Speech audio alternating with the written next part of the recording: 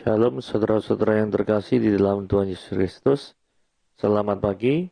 Renungan pada hari ini diambil dari Yohanes pasal yang ke-18 ayat 38 sampai Yohanes pasal yang ke-19 ayat yang ke-16. Judul renungan kita pada hari ini yaitu menegakkan kebenaran. Pilatus keluar lagi dan berkata kepada mereka, "Lihatlah, aku membawa dia keluar kepadamu, supaya kamu tahu bahwa aku tidak mendapati kesalahan apapun kepadanya." Sikap seseorang ketika ia mengetahui kebenaran bisa berbeda-beda. Ada yang menolak karena membenci kebenaran, ada yang menerimanya karena menyadari kebutuhan untuk hidup benar. Ada yang mati-matian mempertahankan kebenaran itu. Tetapi, tidak jarang pula ada yang menyangkal kebenaran tersebut jika ia terancam. Dalam bacaan hari ini, kita melihat sikap Paulus ketika diperhadapkan dengan kebenaran. Dia sempat bertanya, apakah kebenaran itu? Tetapi ia kemudian pergi tanpa menunggu jawaban Yesus. Ia tahu bahwa jawaban Yesus akan menuntut komitmen untuk hidup dalam kebenaran. Padahal, ia tidak siap melakukannya. Meski ia telah bertemu dengan Yesus sebagai Raja kebenaran, bahkan selama proses peradilan, ia tahu kebenaran sehingga 3 kali mengatakan bahwa Yesus tidak bersalah. Bahkan dia berusaha membebaskan Yesus yang dianggap sebagai raja orang Yahudi. Namun ironisnya, dia tidak berani menegakkan kebenaran. Walaupun ia berkuasa untuk membebaskan atau menyalibkan Yesus. Dia lebih suka mencari muka, takut kepada manusia, dan takut kehilangan jabatan daripada takut kepada Allah. Mengetahui kebenaran dan menegakkan kebenaran adalah 2 hal yang berbeda. Oleh karena itu, setelah kita mengetahui kebenaran dari firman Tuhan, janganlah seperti Pilatus. Kita harus mempunyai komitmen dan keberanian untuk menegakkan kebenaran di dunia yang sudah bengkok ini. Hal ini memang mengandung resiko, tetapi serahkanlah segala sesuatu kepada Tuhan, karena Tuhan sendirilah yang memberikan kekuatan dan pertolongan. Kita tegakkan atau tidak, kebenaran akan menemukan jalannya sendiri. Ya. Oke, kita akan membaca Yohanes pasal yang ke-18 ayat 38 dan 19 sampai ayat ke-16. Kata Pilatus kepadanya, apakah kebenaran itu? Sesudah mengatakan demikian, keluarlah Pilatus lagi mendapatkan orang-orang Yahudi dan berkata kepada mereka, aku tidak mendapati kesalahan apapun kepadanya. Tetapi pada kamu ada kebiasaan bahwa pada Paskah aku membebaskan seorang bagimu. Maukah kamu supaya aku membebaskan raja orang Yahudi bagimu? Mereka berteriak pula, jangan dia, melainkan Barabas. Barabas adalah seorang penyamun. Lalu Pilatus mengambil Yesus dan menyuruh orang menyesah dia. Prajurit-prajurit menganyam sebuah mahkota duri dan menaruh di atas kepalanya. Mereka memakaikan dia jubah ungu. Dan sambil maju ke depan mereka saya berkata, salam hai raja orang Yahudi. Lalu mereka menampar mukanya. Pilatus keluar lagi dan berkata kepada mereka, lihatlah aku membawa dia keluar kepadamu. Supaya kamu tahu bahwa aku tidak mendapati kesalahan apapun padanya. Lalu Yesus keluar bermahkota duri dan berjubah ungu. Maka kata Pilatus pada mereka, lihatlah manusia itu. Ketika imam-imam kepala dan penjaga-penjaga itu melihat dia, berteriaklah mereka, salibkan dia, salibkan dia. Kata Pilatus pada mereka, ambil dia dan salibkan dia, sebab aku tidak mendapati kesalahan apapun padanya. Jawab orang-orang Yahudi itu padanya, kami mempunyai hukum dan menurut hukum itu dia harus dihukum mati, sebab ia menganggap dirinya sebagai anak Allah. Ketika Pilatus mendengar perkataan itu, bertambah takutlah dia. Lalu ia masuk ke dalam gedung pengadilan dan berkata pada Yesus, dari manakah asalmu? Tetapi Yesus tidak memberikan jawab kepadanya. Maka kata Pilatus kepadanya, tidakkah engkau mau bicara dengan aku? Tidakkah engkau tahu bahwa aku berkuasa untuk membebaskan engkau dan berkuasa juga untuk menyalibkan engkau? Jawab Yesus, engkau tidak mempunyai kuasa apapun terhadap aku. Jikalau kuasa itu tidak diberikan kepadamu dari atas. Sebab itu dia yang menyerahkan aku padamu lebih besar dosanya. Sejak itu, Pilatus berusaha untuk membebaskan dia. Tetapi orang-orang Yahudi berteriak, jika engkau membebaskan dia, engkau bukanlah sahabat Kaisar. Setiap orang yang menganggap dirinya sebagai raja, dia melawan Kaisar.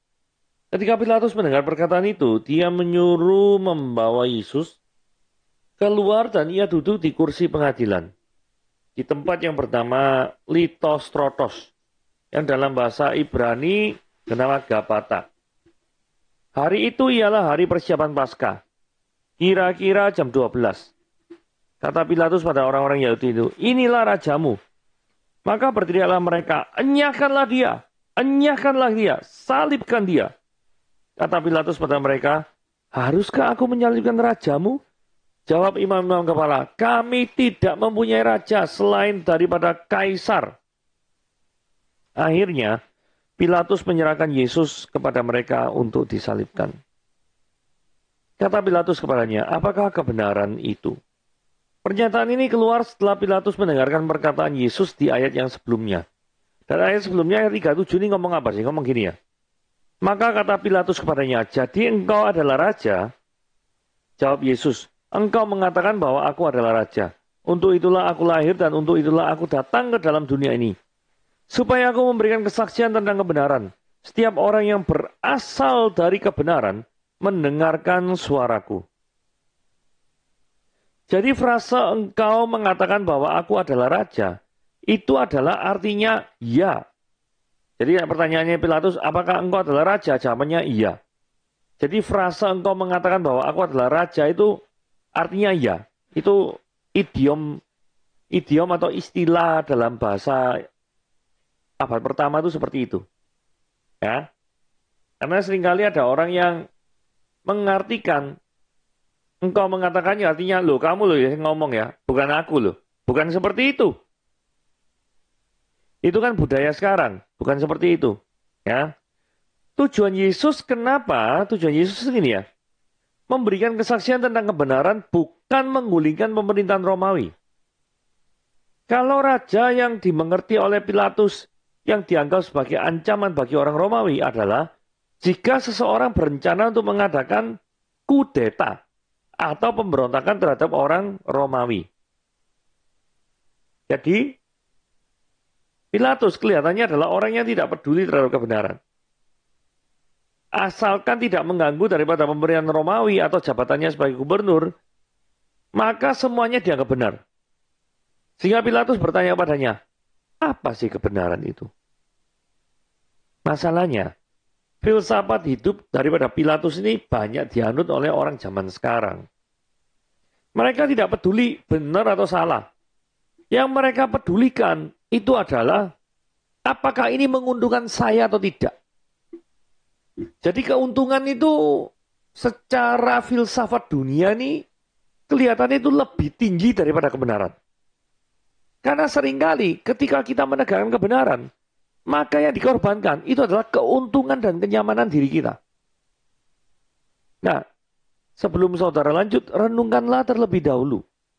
Apakah saudara dalam hidupmu itu rela mengorbankan kebenaran demi mendapatkan kenyamanan, atau rela kehilangan kenyamanan demi mendapatkan kebenaran? Yang mana? Yang pertama atau yang kedua?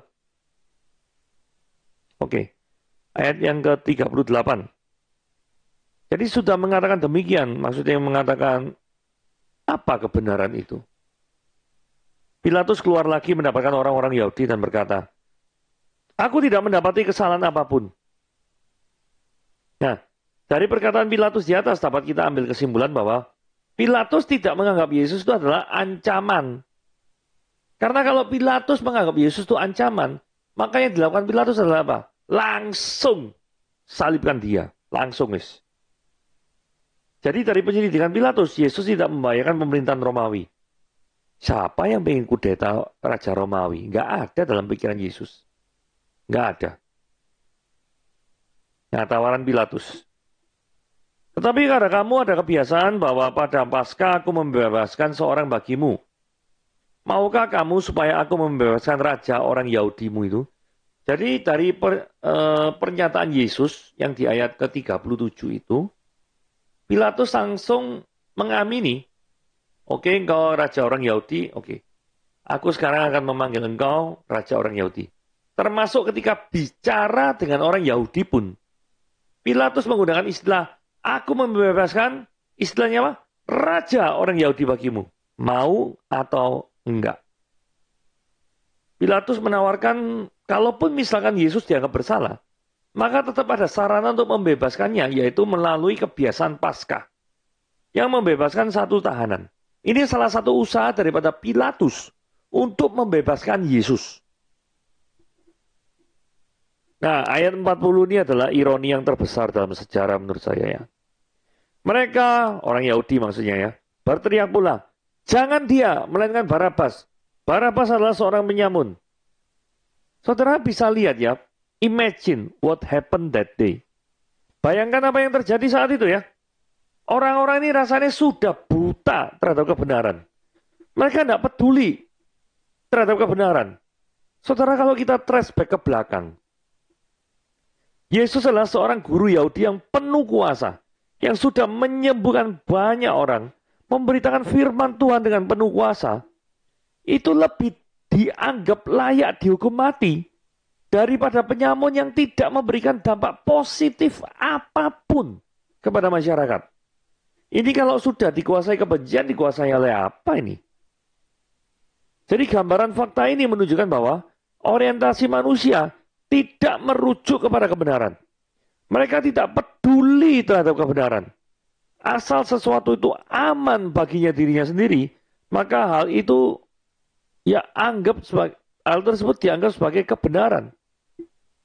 Kehadiran Yesus dianggap sebagai ancaman bagi orang ahli Taurat dan orang-orang Farisi.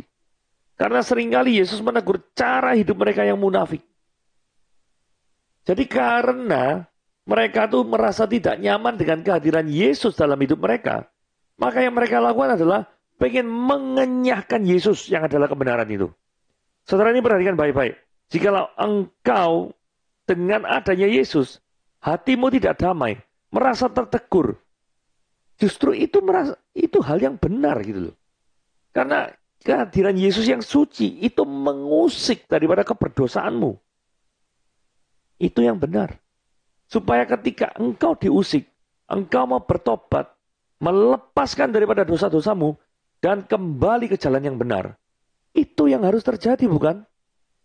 Jadi jangan sampai ketika engkau merasa hidupmu diganggu oleh kesucian Kristus yang hinggap di dalam hatimu, di dalam pikiranmu. Jangan engkau malah meninggalkannya. Jangan malah engkau menyalibkannya. Justru itu yang salah. Itu yang dilakukan oleh orang-orang ahli Taurat dan orang Farisi. Masuk ke pasal yang 19. Lalu Pilatus mengambil Yesus dan menyuruh orang menyesat dia. Menyesat itu dicambui ya. Nah ini kebenaran itu tidak sama dengan mayoritas ya. Jadi tidak selalu yang namanya mayoritas itu benar. Nggak selalu. Tapi seringkali orang beranggapan mayoritas pasti benar. Keliru. Pilatus memiliki sikap yang mengikuti arus orang Yahudi. Yang saat itu mayoritas. Karena Pilatus mau menyenangkan hati orang banyak Yahudi, dia terpaksa mengikuti arus. Padahal deep inside in Pilatus' heart, itu mengatakan Yesusnya itu tidak bersalah. Dia itu berulang kali, setidaknya sampai berapa ya? 3 kali kalau nggak salah. Pengen membebaskan Yesus. Termasuk ketika setelah dia nanti mencambukinya. Saudara lihat ya, ayat yang kedua dan 3. Atas perintah daripada Pilatus, prajurit-prajurit itu menghina.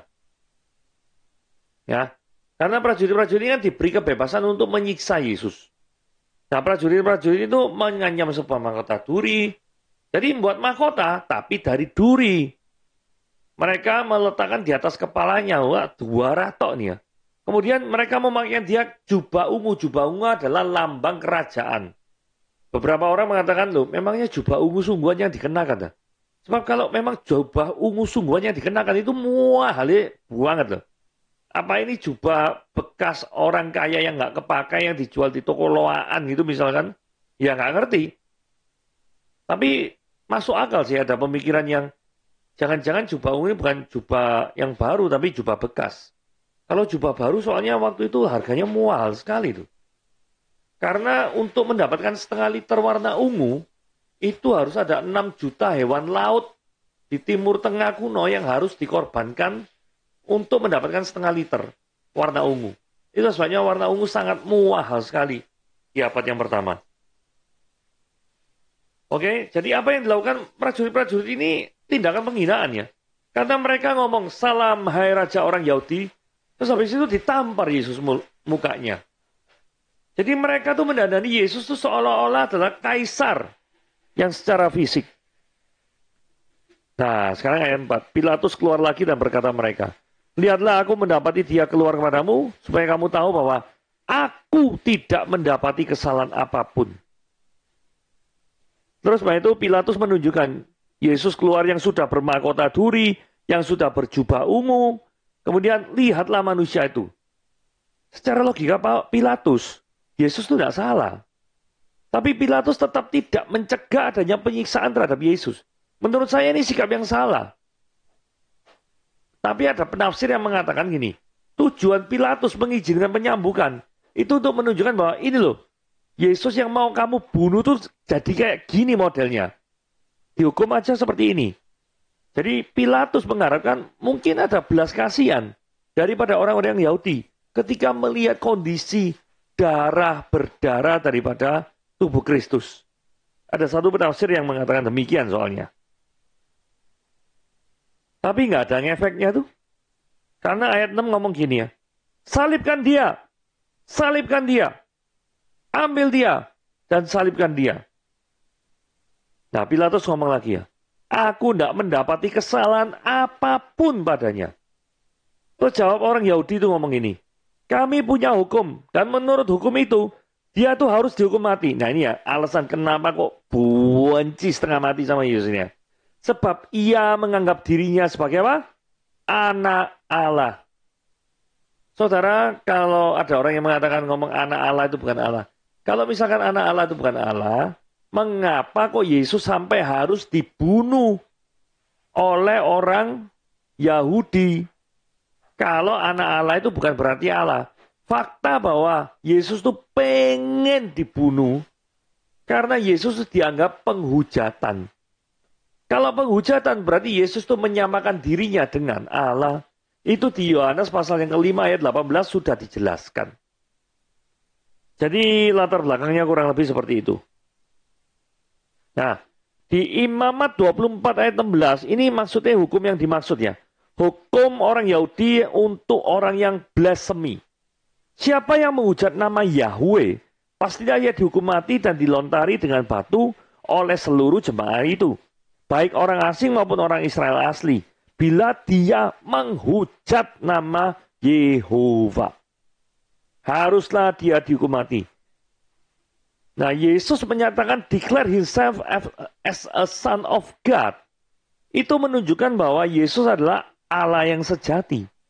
Karena Yesus menunjukkan sebagai Allah yang sejati, maka orang-orang mengatakan, Yesus engkau melakukan blasphemy.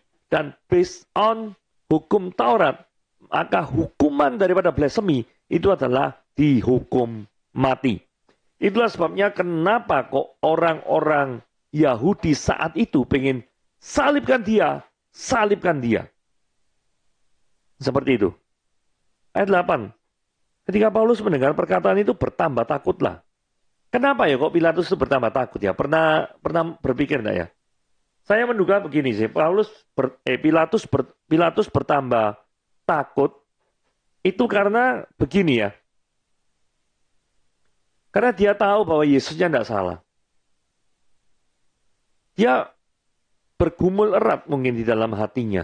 Ini orang tidak salah, tapi kok tak jatuhi hukuman. Tapi kalau misalkan aku tidak jatuhi hukuman, aku berhadapan dengan mayoritas orang Yahudi yang menginginkan kematiannya. Kalau saya berikan kematian Yesus kepada orang Yahudi akan senang. Pemerintahnya aman, tidak menimbulkan rame-rame. Jabatannya sebagai gubernur Romawi di provinsi Yudea aman-aman saja. Begitu ya.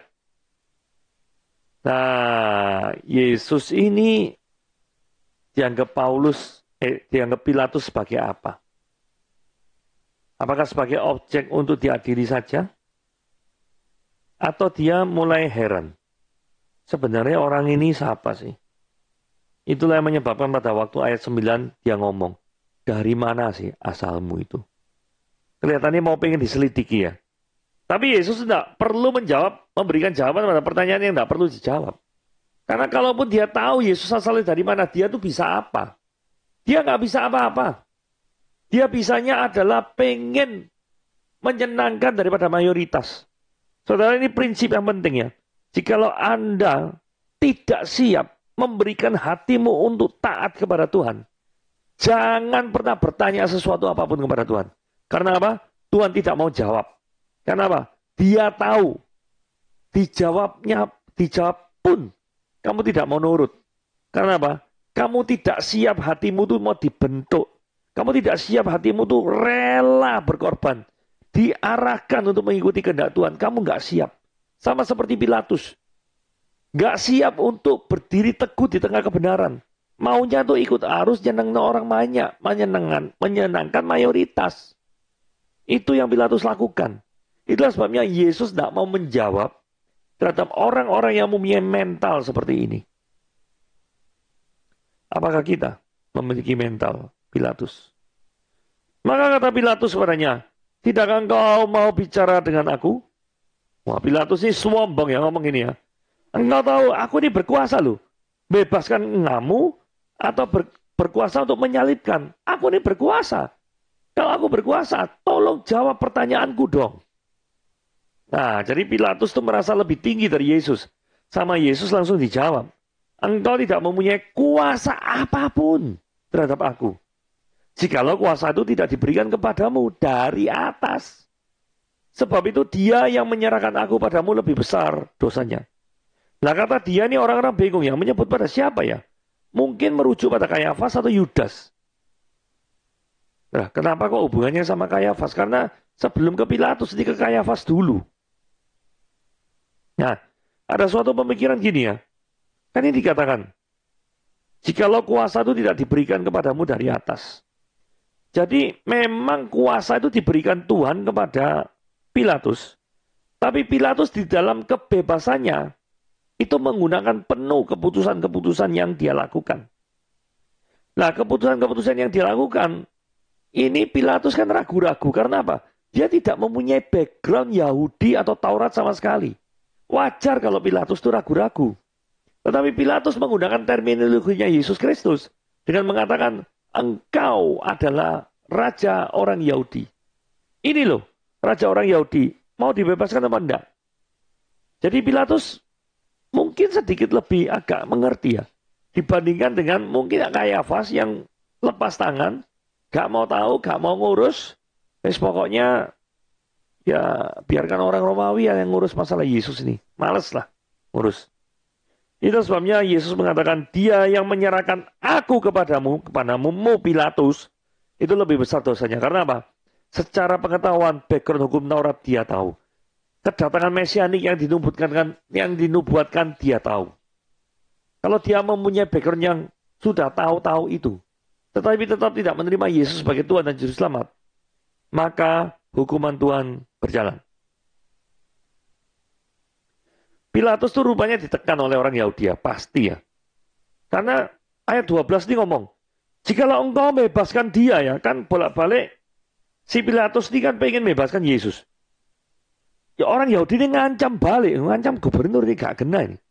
Jikalau engkau membebaskan dia, engkau bukanlah sahabat Kaisar. Kenapa? Karena setiap orang yang menganggap dirinya sebagai raja, Yesus kan mengaku dirinya Mesaya. Orang-orang Yahudi ngomong gini, ia melawan Kaisar. Berarti nanti seolah-olah raja ini kan dua. Wah, gitu ya. Provokasinya itu seperti itu. Ketika Pilatus mendengar perkataan itu, dia menyuruh membawa Yesus keluar dan duduk, dan maksudnya Pilatus duduk di kursi pengadilan. Pilatus itu terus-menerus ditekan masa Yahudi. Kenapa? Karena Pilatus itu pengen membebaskan Yesus. Kalau Pilatus tidak membasmi orang-orang yang menentang Kaisar, maka jangan-jangan Pilatus yang dibasmi dari jabatannya. Jadi itulah sebabnya, kenapa kok Pilatus itu ragu-ragu ya. Memihak pada orang banyak. Itu enak sih, secara duniawi itu nyaman. Karena pada kehilangan jabatan, mendapat kredit tertentu dari bosnya. Nah ini penting. Seringkali orang itu mengejar kredit tertentu dari bosnya. Daripada stand for the truth. Berdiri untuk kebenaran. Nah ini. Seringkali luntur semangat seperti itu. Nah ini ironi ya. Karena apa? Pengadilannya ditentukan oleh suara terbanyak. Terus Pilatus untuk kesekian kalinya ngomong gini pada orang Yahudi.